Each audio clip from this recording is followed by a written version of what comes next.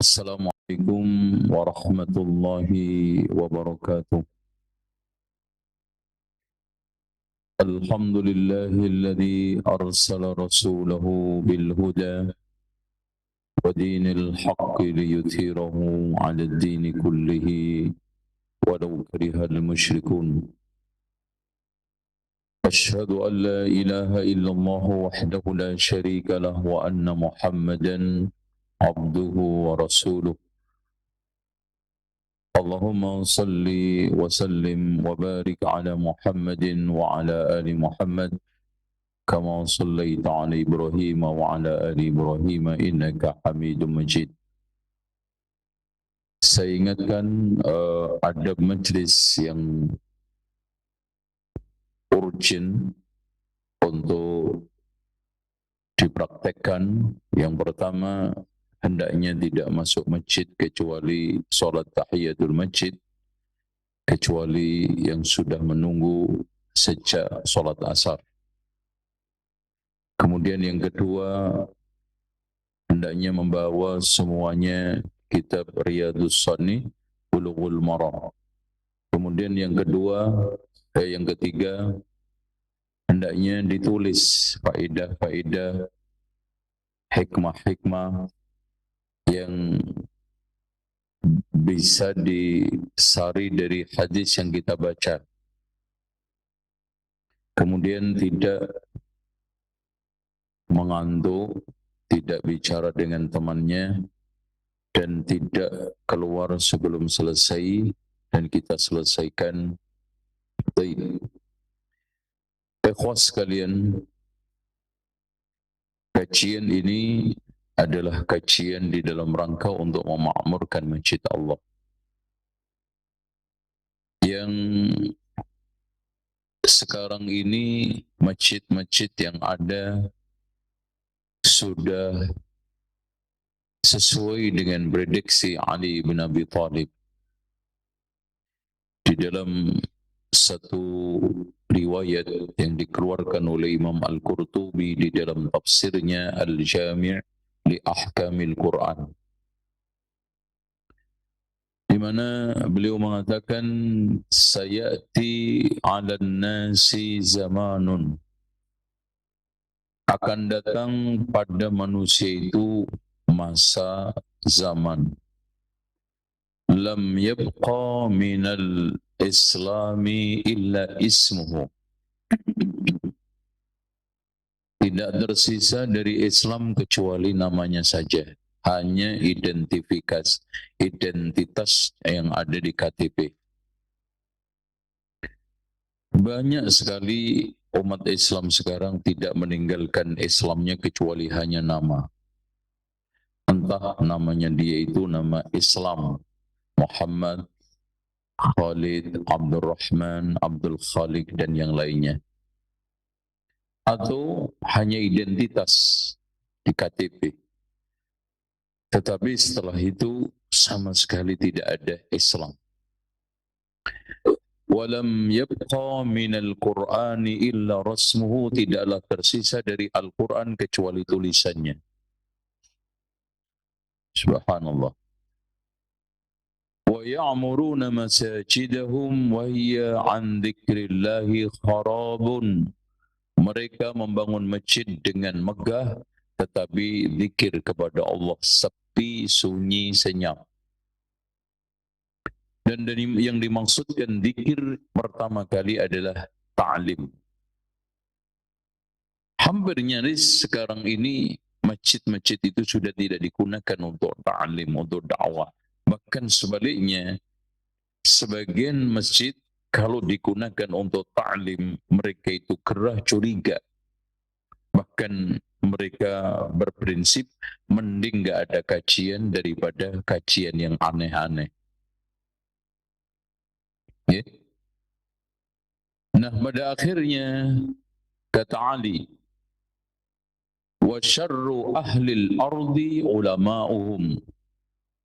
Pada zaman itu nanti umat manusia paling buruk, paling busuk adalah ulamanya, tokoh agamanya. Kenapa? Wa wa minhum takhrujul fitnah wa ilaihim ta'ud. Karena ulama-ulama, tokoh-tokoh agama itu menjadi sumber fitnah. Berasal dari mereka fitnah dan kembali kepada mereka itu fitnah. Jadi tokoh agama itu sumber kekacauan. Tokoh agama itu sumber fitnah di zaman akhir. Nasallallahu alaihi. Bahkan yang mengikis Islam itu dari mulut-mulutnya tokoh agama itu dengan mengeluarkan fatwa tanpa dalil. Akhirnya apa? Yang benar hilang, yang eksis, yang sesat. Yang sunnah hilang, yang eksis adalah bid'ah. Nasallallahu alaihi. Baik. Sekarang kita memulai memasuki hadis hukmu al-qasri fi safar atau tata cara solat musafir. Tafadhal, ada yang menghadiahkan kepada saya hafalan 2 atau 3 hadis sekaligus. Tafadhal.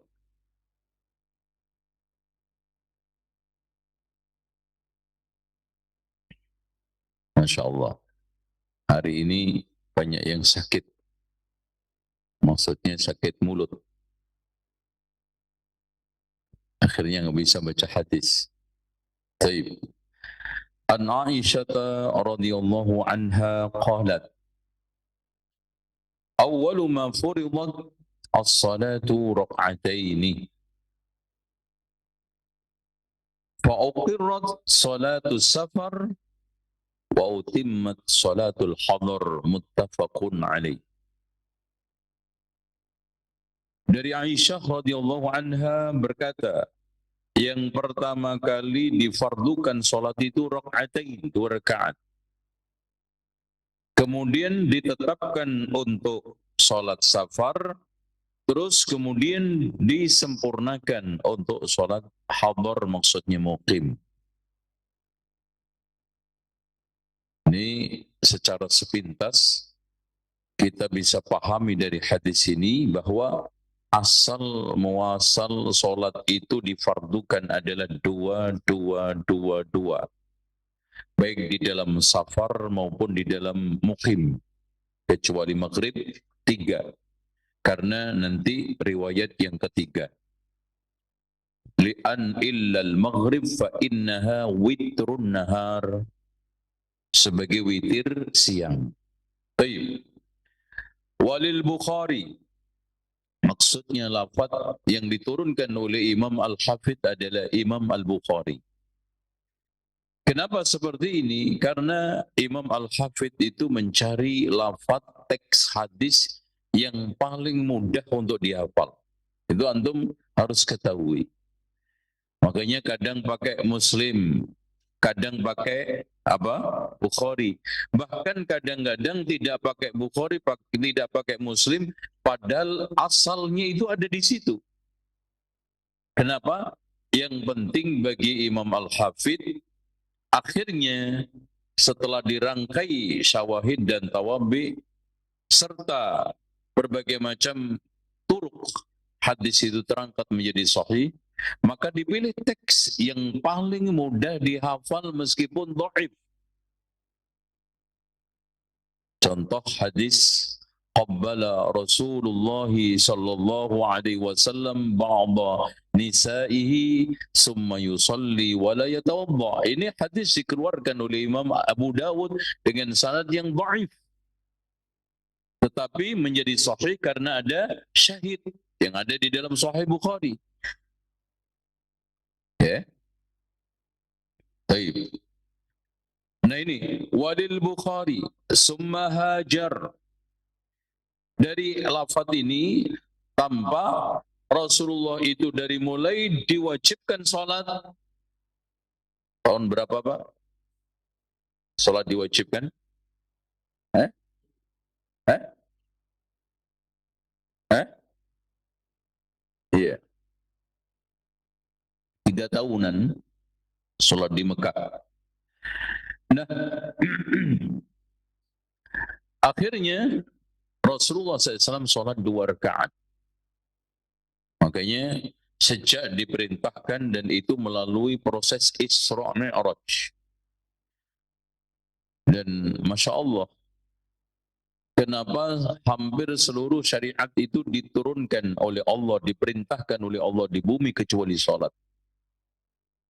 Dan bahkan langsung Allah berbicara kepada Nabi Muhammad. Tapi Rasulullah tidak melihatnya. Makanya ketika beliau ditanya, apakah engkau melihat Allah ketika Mi'raj? Beliau menjawab, nurun anna arah, cahaya bagaimana aku bisa melihatnya. Tapi bicara langsung, hikmahnya, hendaknya setiap orang yang sholat itu menempatkan diri seperti Mi'raj, memutuskan seluruh hubungan dunia. Ya. Dan itu nggak mudah, apalagi sholat duhur. Makanya sholat duhur itu sholat yang paling banyak rakaatnya. Coba antum lihat, sebelum sholat fardu aja 4 rawatibnya. Setelahnya 4, 2 rawatib, 2-nya ghairu muakkadah. Kenapa? Karena zuhur adalah waktul ghaflah, lalai. Makanya rata-rata waktu ghaflah itu diperpadat ibadahnya oleh Allah dan Rasulnya, oleh syariat. Contoh aja, kenapa Rajab itu diberikan satu keutamaan karena ghaflah antara Sya'ban dengan Ramadan. Yaitu ghaflah. Orang cenderung itu lalai. Makanya diberikan ibadah. Orang perhatian fokus ke Sya'ban, Ramadan. Melupakan apa? Muharram, Ashhurul Hurum, yaitu Rajab. Makanya di sana ada fadilah secara khusus ibadah pada waktu ghaflah, lalai. Makanya ibadah di terminal, stasiun, di bandara itu penting karena ghaflah. Karena mata antum lalai melihat berbagai macam pemandangan yang menyeramkan tapi menyenangkan. Buat nafsu maksudnya. Ghaflah. Di pasar, ghaflah. Makanya diutamakan sekali untuk banyak berzikir ketika di pasar. Ketika di tempat-tempat yang itu kita lalai. Cenderung condong kita itu terpalingkan dari kebaikan-kebaikan. Baik. Wa uqirrat salatu safar 'alal awal.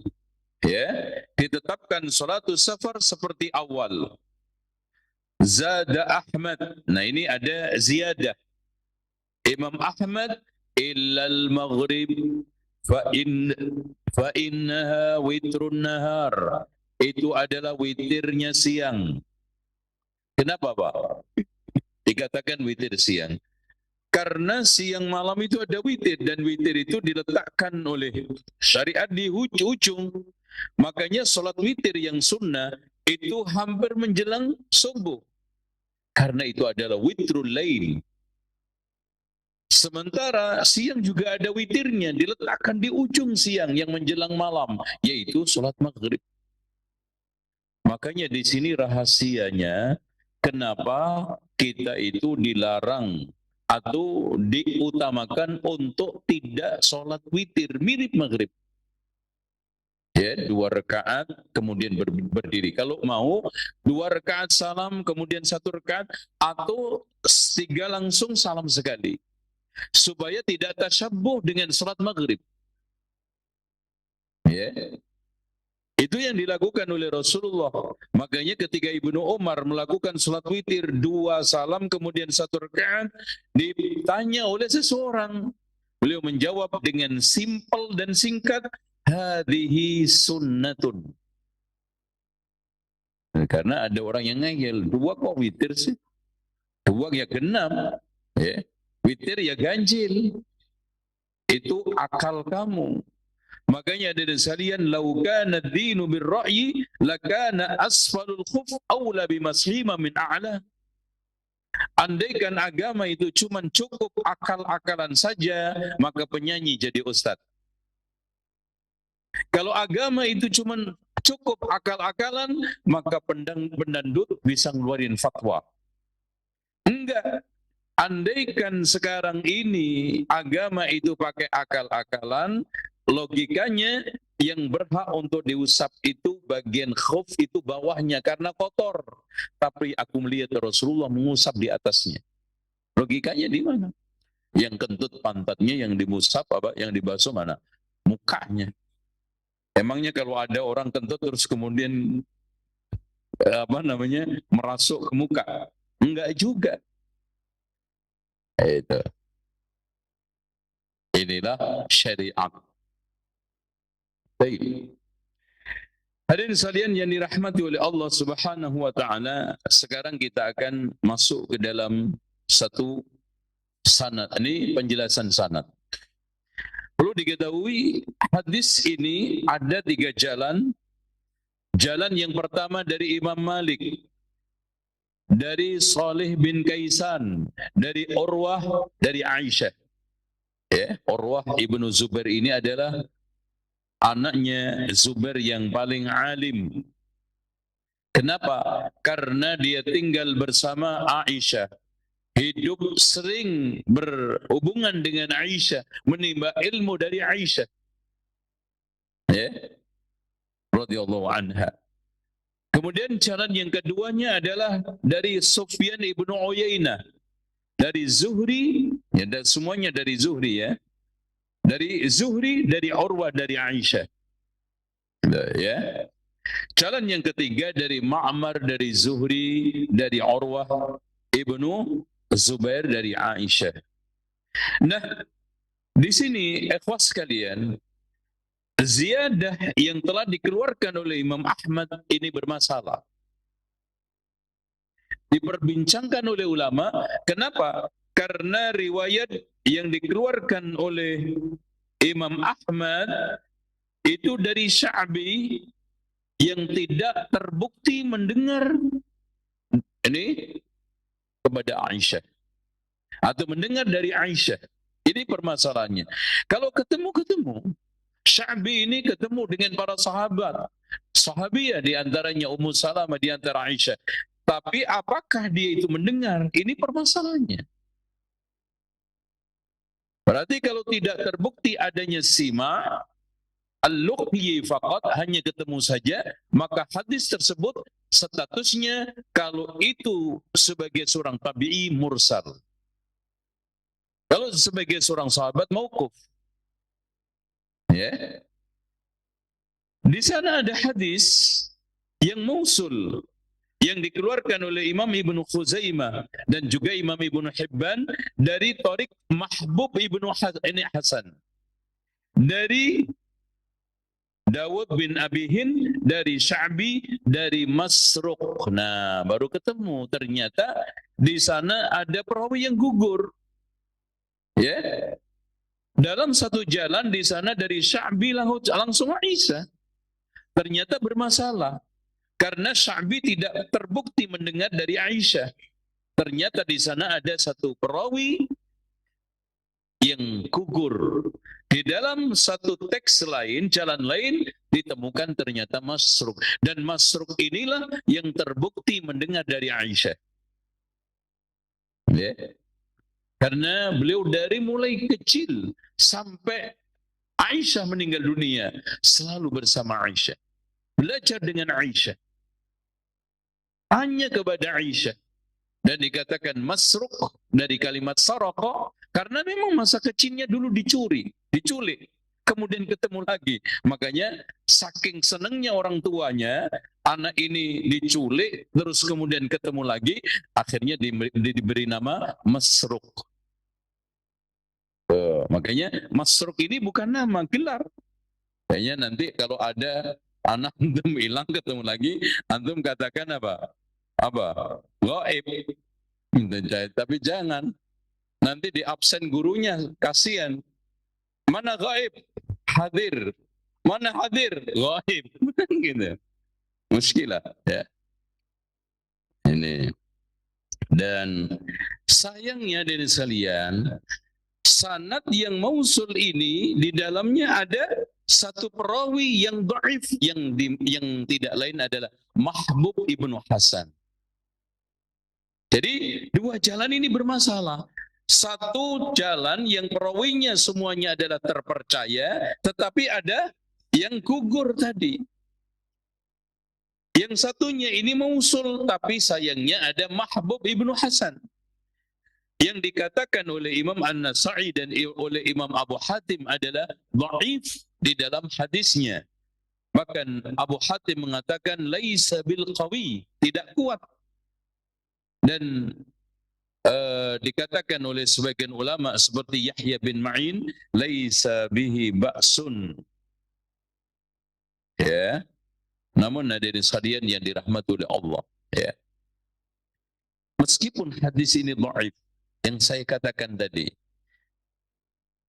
bahwa Imam Ibnu Hajar Al-Asqalani kadang menurunkan teks tampak secara zahir dhaif, tapi ternyata di sana ada syawahidnya, ada tawabi'nya, sehingga terangkat derajatnya menjadi sahih. Dengan demikian, satu dengan yang lainnya hadis ini saling menguatkan. Oleh karena itu, inti kesimpulan daripada hadis ini, asal muasal solat itu difardukan 2 dan maghrib 3.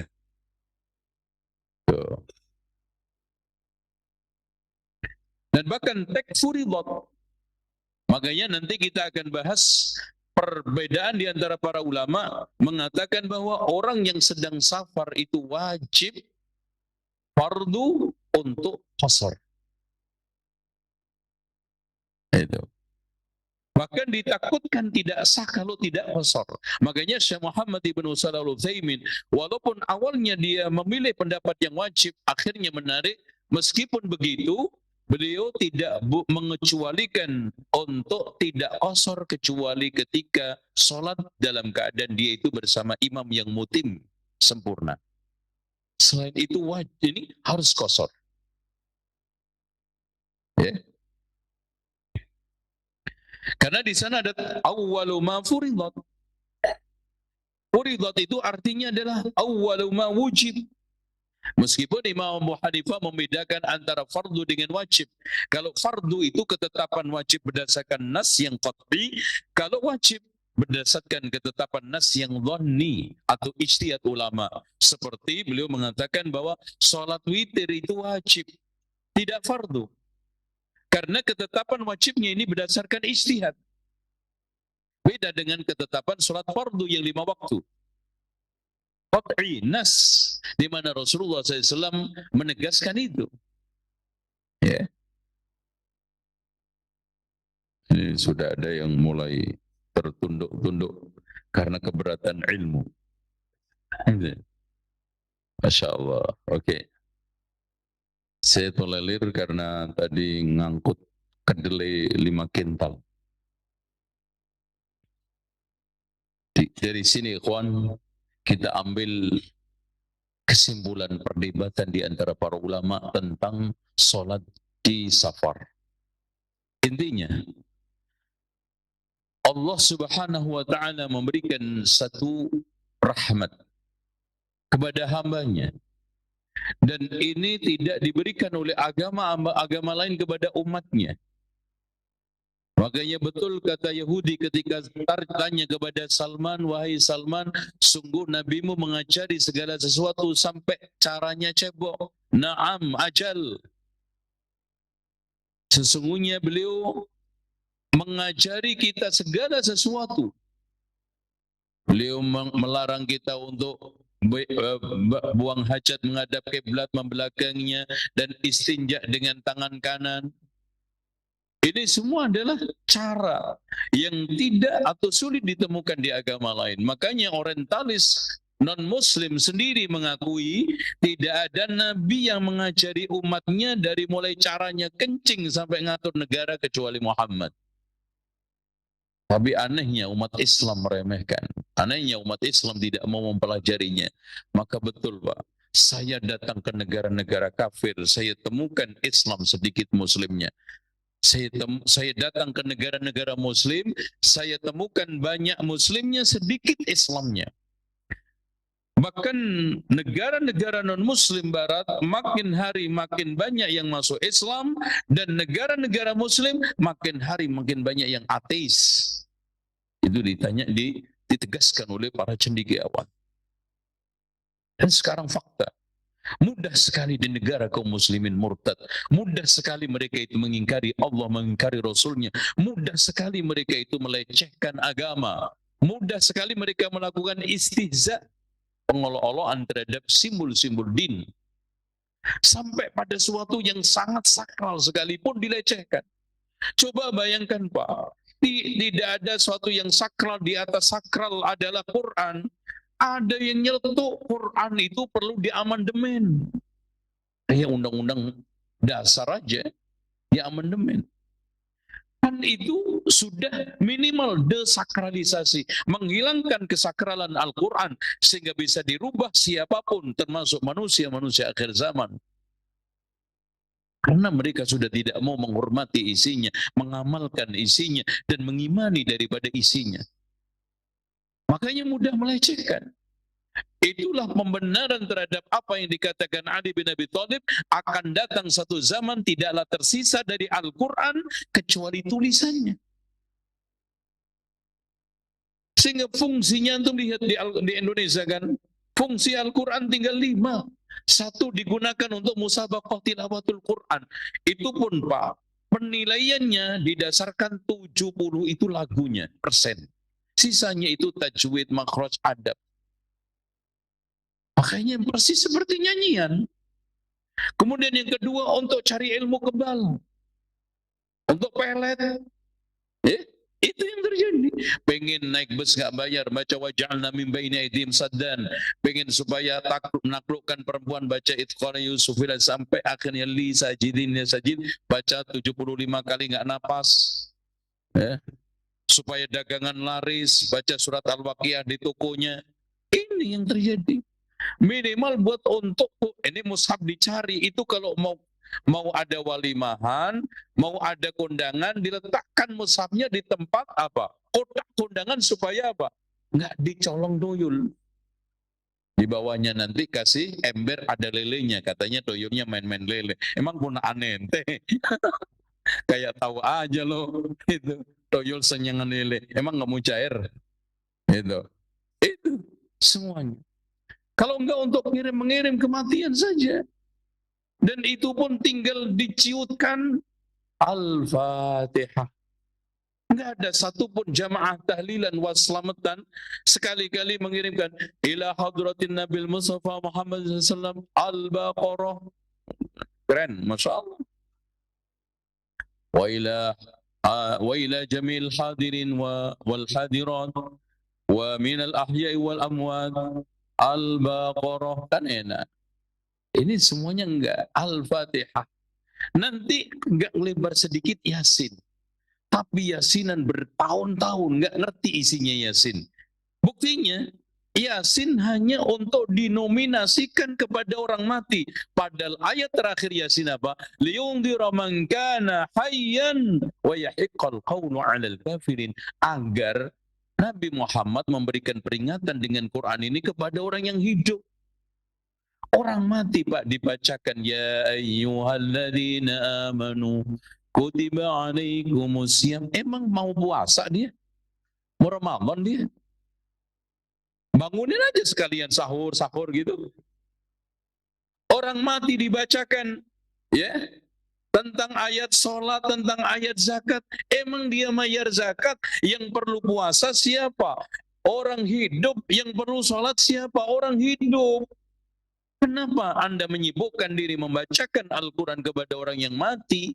Kita tidak mengingkari adanya khilafiyah di antara para ulama tentang masalah intifa biqiraatil Quran untuk mayit. Tapi persoalannya dzarikal kitabul la raiba fi, itu tidak untuk yang mati. Tapi kenyataannya seperti itu, nasallallahu alaihi. Baik. Hadirin sekalian, dari hadis ini kita bisa tetapkan adanya satu perbedaan di antara para ulama, minimal ada 3. Yang pertama, sholat qasar itu wajib ketika safar. Ya, ketika safar wajib. Ini pendapatnya Imam Abu Hanifah, sebagian riwayat dari Imam Ahmad, dan dikuatkan dibela mati-matian oleh Ibnu Hazm. Nah, karena Ibnu Hazm Zahiri.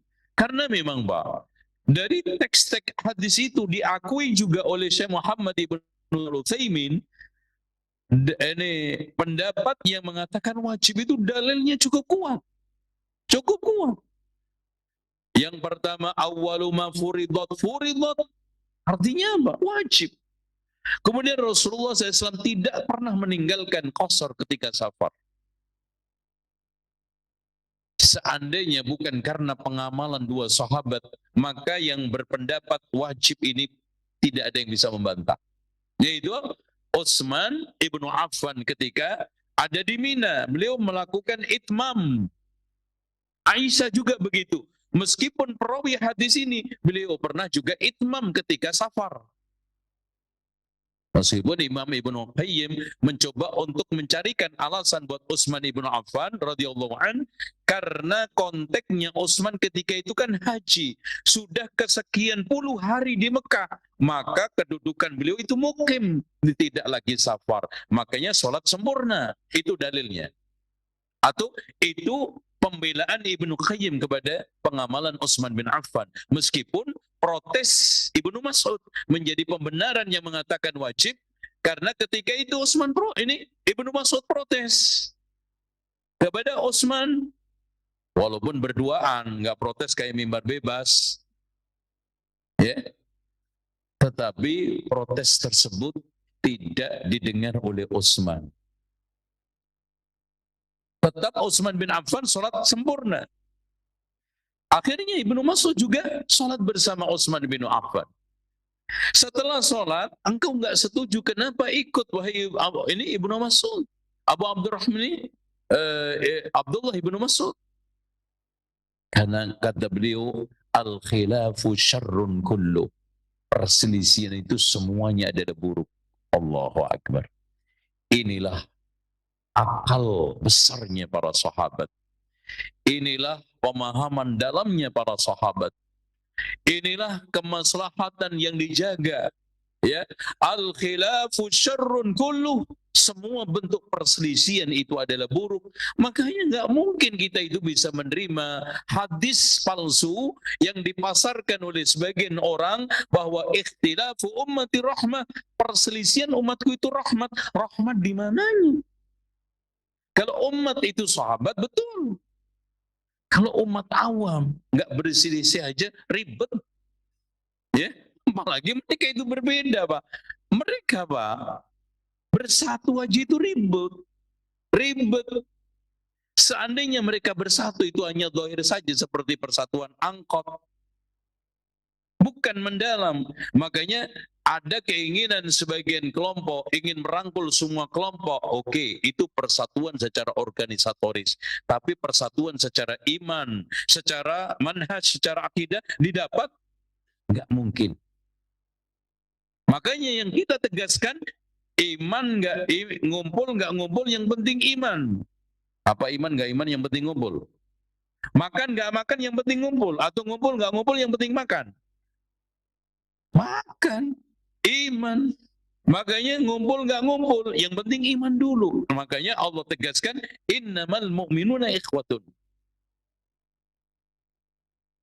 Pendapat yang kedua yang mengatakan bahwa sholat qasar pada saat safar itu mustahab, dan menurut Imam Ibnu Taimiyah makruh untuk ditinggalkan. Coba, meskipun mustahab, kata Imam Ibnu Taimiyah memberi catatan makruh untuk ditinggalkan.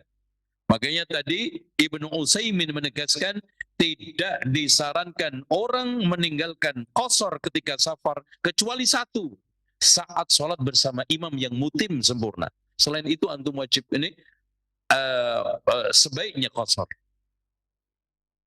Ini pendapat jumhurul ulama.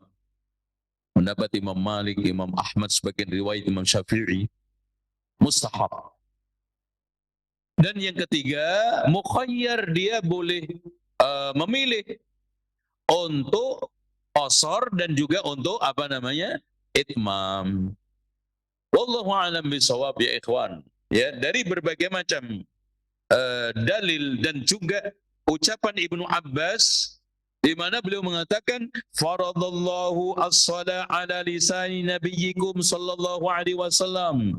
Allah memfardukan salat melalui lisan nabi kalian fil hadar arba'a. 4 wa fis safari raka'atain, di safar 2 rakaat, wa fil khaufi raka'atan, dan ketika salat khauf itu 1 rakaat. Jadi kalau sholat khauf itu cukup 1 rakaat. Jadi kan aslinya sholat itu 2-2-2. Ketika dia mendapatkan 1 rakaat, antum duduk, niat tafarruq, ya, kemudian setelah itu selesai, keluar. Nah, bagian 1 lagi masuk, nanti tahiyat bersama, tasyahud bersama imam. Ini praktek yang 1 rakaat. Kalau yang 2 rakaat, gimana caranya? Imamnya yang ngalah, ya, berdiri panjang sekali ketika rakaat yang keberapa? Ini keduanya, 1 sama imam berdiri, dia melanjutkan, setelah itu keluar, baru setelah yang kedua nyusul, nanti sholat bersama imam, ini salam bersama kelompok yang kedua. Tapi kata Ibnu Abbas, salat itu difardukan atas lisan Nabi kalian pada saat muqim 4, pada safar 2, pada saat khauf 1 rakaat. Masya Allah, ya.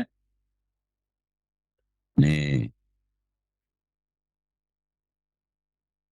Dan yang mengatakan wajib tadi juga banyak sekali juga di antara ulama-ulama selain madzhab, ya.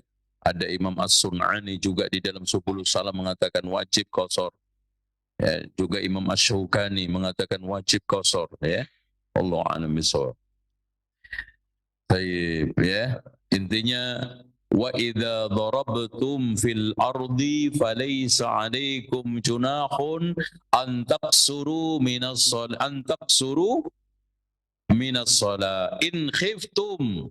Khauf di sini bukan khauful hala, bukan takut yang sifatnya galau dan minder, tapi khauf adalah tawaqqu'i makruhin, ya, diprediksi akan tertimpa sesuatu yang tidak menyenangkan, itu khauf.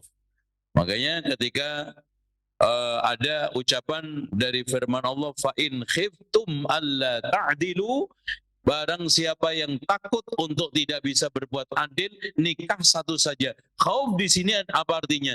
Tawaqqu'ul makruh. Takut akan terjadi sesuatu yang tidak disukainya, yaitu apa? Kepontal di dalam nafkah, tidak kuat di dalam membagi qismah, tidak cukup di dalam mencukupi nafkah secara adil. Dan nafkah itu ada 5. Nafkah kesehatan, nafkah pendidikan, nafkah papan, nafkah pangan, nafkah pakaian. So, makanya jangan memudah-mudahkan poligami. So, anak antum, istri antum 2 aja, anaknya 5 udah 10. Kalau 7, 14. Itu kan?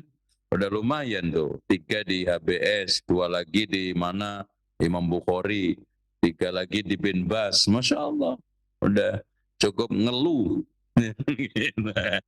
Itu makanya jangan aneh-aneh, udahlah qanaah dengan yang ada. Baik, jadi itu.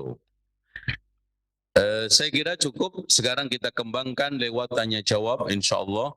Barangkali ada hal-hal yang belum diungkap di dalam penjelasan intinya, bahwa qashar adalah suatu rukhsah, kemuliaan, rahmat yang diberikan kepada umat ini. Shadaqatun tasaddaqallahu biha alaikum faqbalu sadaqatahu. Rahmat yang diberikan oleh Allah, maka kita ambil, kita lakukan qashar insyaallah. Tafadhal, silakan, mungkin ada yang tanya. Nah Ustaz, jazakallah khairan wa barakallahu fiik Ustaz atas materi yang sampaikan di kesempatan sore hari ini. Dan ikhwatal Islam azani Allah wa iyyakum. Untuk selanjutnya kami buka sesi interaktif soal jawab dalam rangka memperdalam materi yang disampaikan oleh beliau.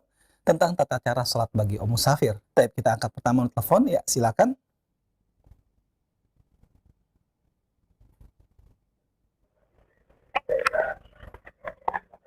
Ya, silakan. Assalamualaikum. Waalaikumsalam warahmatullahi wabarakatuh. Dengan siapa, Umu? Nama saya Fitri dari Bogor, Pak Ustadz. Ya, silakan Fitri. Saya mau nanya, ini di luar tema boleh ya? Iya. Nah, gini Pak Ustadz, kan orang tua saya kan sebelum meninggal kan amanah aja lupa sholat 5 waktu, puasa sunnah yang lainnya, tahajud segala ya. Itu apakah nanti saya sama orang tua saya bertemu di surga Pak Ustadz? Itu aja dari saya. Assalamualaikum. Baik, waalaikumsalam warahmatullahi wabarakatuh. Kami ulang kembali pertanyaan beliau dari seorang penanya di Bogor dengan Ukhti Fitri. Beliau bertanya, beliau pernah diamanahkan oleh orang tuanya sebelum meninggal, Ustadz, agar tidak meninggalkan sholat dan sholat tahajud. Pertanyaan adalah, apakah nanti beliau akan bertemu dengan orang tuanya di surga, Ustadz? Silakan, Ustadz. Menegaskan jannatu adnin yadkhulunaha wa man salaha min abaihim wa azwajihim wa dhurriyyatihim. Surga Aden nanti akan dimasuki oleh orang-orang siapa? Jannatu adnin yadkhulunaha wa man salah. Orang soleh. Makanya kalau nikah itu yang soleh. Makanya fankihu ma qabalakum. Thayyib itu bukan hanya sekedar mukanya. Thayyib bukan hanya sekedar keduniaannya. Thayyib, innallaha thayyibun la yaqbalu illa thayyiba, dalam masalah syar'inya. Fankihu ma taba. Kalau sekarang jodoh istri itu cari yang thayyib, otomatis laki tersebut thayyib. Nggak mungkin ada orang yang jelek nyari yang thayyib. Nggak mungkin. Itu konslet. Rata-rata at-thayyibatu lit-thayyibin wal khabithatu lil khabisin. Walaupun kalimat, maksudnya kalimat yang jelek itu untuk yang jelek juga. Maksudnya kalimat-kalimat yang jelek itu hanya meluncur dari mulut orang yang punya kepribadian jelek. Wa thayyibat, kalimat-kalimat yang bagus itu hanya muncul dari orang-orang yang punya pribadi yang bagus. Karena apa? Karena lisan ini adalah apa? Duta besarnya hati. Lisan itu apa? Duta besarnya hati. Kalau duta besar ini mewakili seluruh negara, apa yang diomongkan duta besar itu adalah isi negara itu, maka lisan ini sebetulnya walaupun tidak mewakili seluruhnya, orang itu bisa dibaca lewat kalimat-kalimat yang meluncur dari mulutnya. Senang, cinta, benci, condong. Itu bisa dilihat. Oh, ya. Nah, dengan demikian waman salaha min abaihim, jadi nanti nenek moyangnya, kakek, ya, neneknya ngumpul. Waman salaha min abaihim wa azwajihim, suami istri. Wa dzurriyyatihim, anak cucunya ngumpul di dalam surga. Makanya kalau tidak ketemu atau belum ketemu, wa aqbala ba'duhum ala ba'di yatasaalun qalu inna kunna qablu fi ahlina musyfiqin wa aqbala ba'duhum ala ba'din yatasaalunanya. Paman yang ini kok belum nongol, jangan-jangan lewat, wah tengok sana sini nggak ada, oh ternyata masih di neraka, tunggu nanti, karena muslim, ya, insya Allah seperti itu. Intinya Allah akan menghimpun seluruh keluarga di surga Aden dengan syarat waman salaha, amal solehnya setingkat. Wallahu a'lam. Barakallahu fiik Ustadz atas jawaban yang telah Antum sampaikan. Satu pertanyaan kita angkat melalui pesan singkat chat WA Ustadz. Ustadz mau bertanya, kalau Ana safar keluar kota bermukim selama 2-3 hari, apakah selama Ana di tempat itu bolehkah menjama dan mengqasar sholat, Ustadz? Kemudian yang kedua, beliau bertanya, sholat sunnah rawatib setelah sholat Jumat itu berapa rakaat, Ustadz? Jazakallahu khairan atas tauziahnya, Ustadz. Silakan, Ustadz. Ada riwayat dari Anas bin Malik yang diriwayatkan dari Al Hasanul Basri.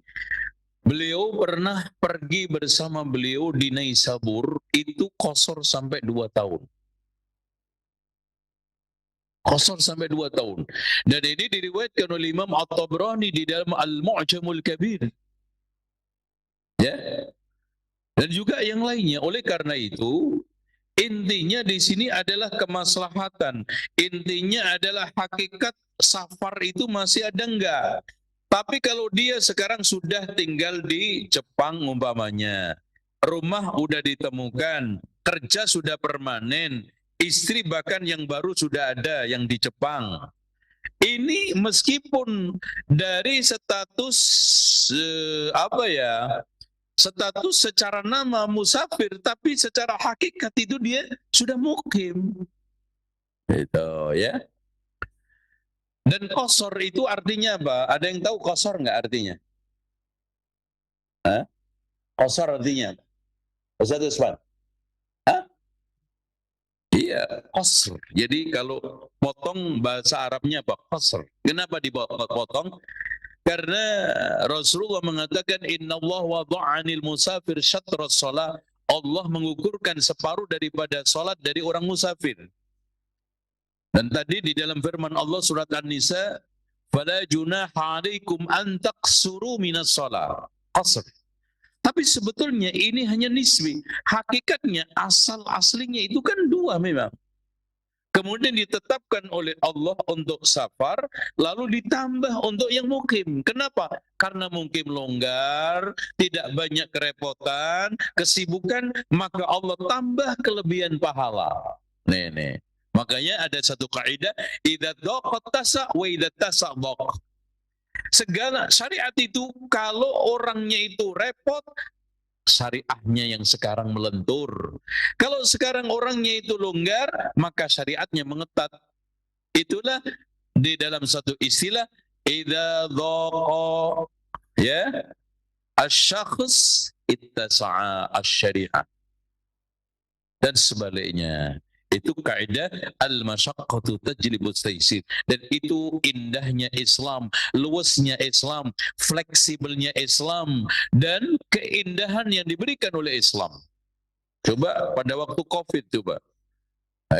Antum sampai digugurkan sholat Jumat. Coba kemarin kan sempat.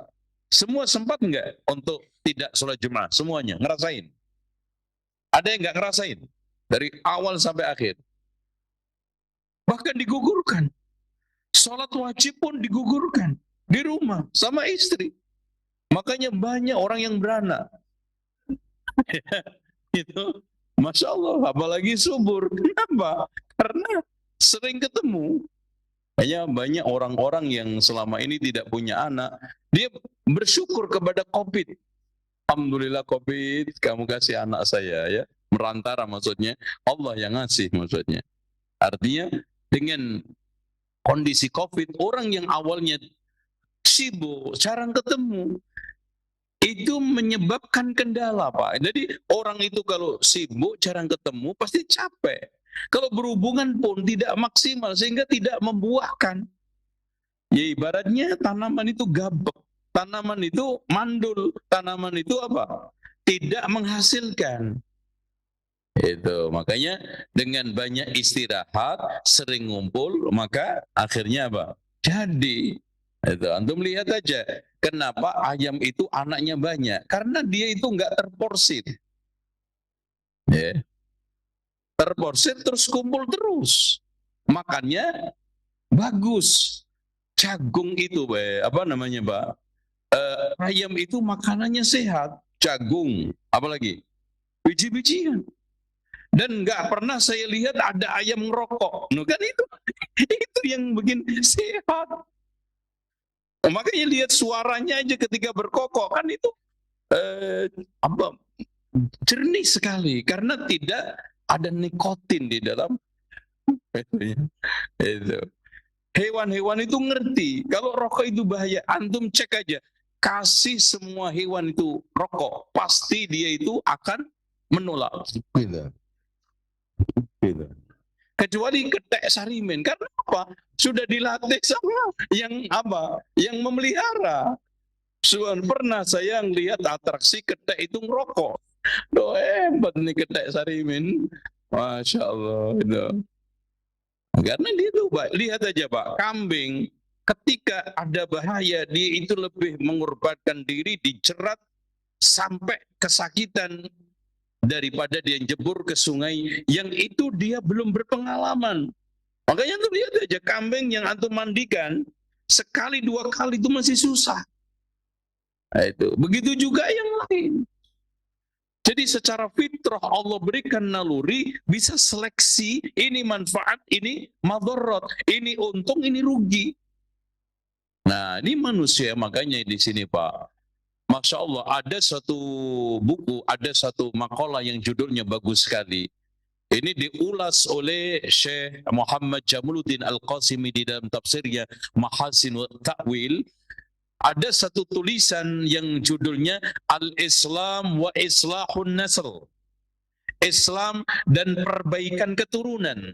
Banyak orang yang sekarang ini ketika pembudidayaan baik flora maupun fauna selalu berbicara bibit yang paling unggul, mencari bibit yang paling unggul. Hanya hayawan yang tidak natik, yang tidak memberikan satu pengaruh baik itu rusak ataupun baik. Sementara ini ada hayawanun natik, yaitu manusia, yang mereka penipu lebih banyak daripada yang jujur. Ya, mereka yang sekarang culas itu lebih banyak, malas lebih banyak daripada yang semangat dan yang jujur. Kenapa ini tidak mencari bibit yang paling unggul? Dan pembibitan unggul itu hanya dengan 2 cara, menikah dengan fangkihu ma qabalakum minan nisa'i masna wa sulasa wa ruba. Makanya di sini Islam melakukan 2 cara. Satu, di dalam rangka untuk pembibitan, pembenihan, pembudidayaan supaya keluar unggul, dilarang menikah dengan yang tidak unggul, non-muslim. Karena itu bibit-bibit yang enggak unggul. Bahkan kalau memang menemukan bibit unggul, mending dipoligami. Kan gitu. Makanya daripada nikah enggak poligami, tapi yang nikahin kafir, fasik, mana dipilih? Ini soleh, bagus, sementara poligami. Mana yang dipilih? Ya antum nggak perlu jawab, kan lagi. Ya, kalau antum jawab salah, ya. Loh, ibu-ibu yang di luaran sana yang jawab. Baik, intinya seperti itu ya. Allahu a'lam bishawab. Jazakallah khairan wa barakallahu fikum atas jawaban yang antum sampaikan dari pertanyaan terakhir kita di kesempatan sore hari ini. Sebelum kita akhiri perjumpaan yang penuh dengan faedah ini Ustaz, kami persilakan untuk menyampaikan ikhtitam Ustaz. Silakan Ustaz. Bahwa alhamdulillah pada kesempatan ini kita bisa merangkai 3 hadis dalam satu tema tentang tata cara sholat musafir, di mana aslinya adalah qasar. Tentang masalah hukum qasar bagi musafir, para ulama berbeda pendapat menjadi 3. Ada yang mengatakan wajib, ada yang mengatakan sunnah, makruh untuk ditinggalkan, ada yang mengatakan mukhayyar, bisa memilih qasar dan memilih itmam. Tapi dari sisi dalil-dalilnya pendapat yang mengatakan wajib itu lebih kuat. Oleh karena itu hendaknya orang yang sedang safar tidak meninggalkan qasar kecuali 1, kata Syekh Muhammad Ibnu Shalih Al-Utsaimin, yaitu ketika sholat berjamaah bersama imam yang mutim, yang menyempurnakan sholatnya. Wallahu a'lam bishawab. Subhanakallahumma wa bihamdika asyhadu an la ilaha illa anta astaghfiruka wa atubu ilaik. Wa sallallahu ala Muhammadin wa ala ali Muhammad walhamdulillahi rabbil alamin. Wassalamualaikum warahmatullahi wabarakatuh.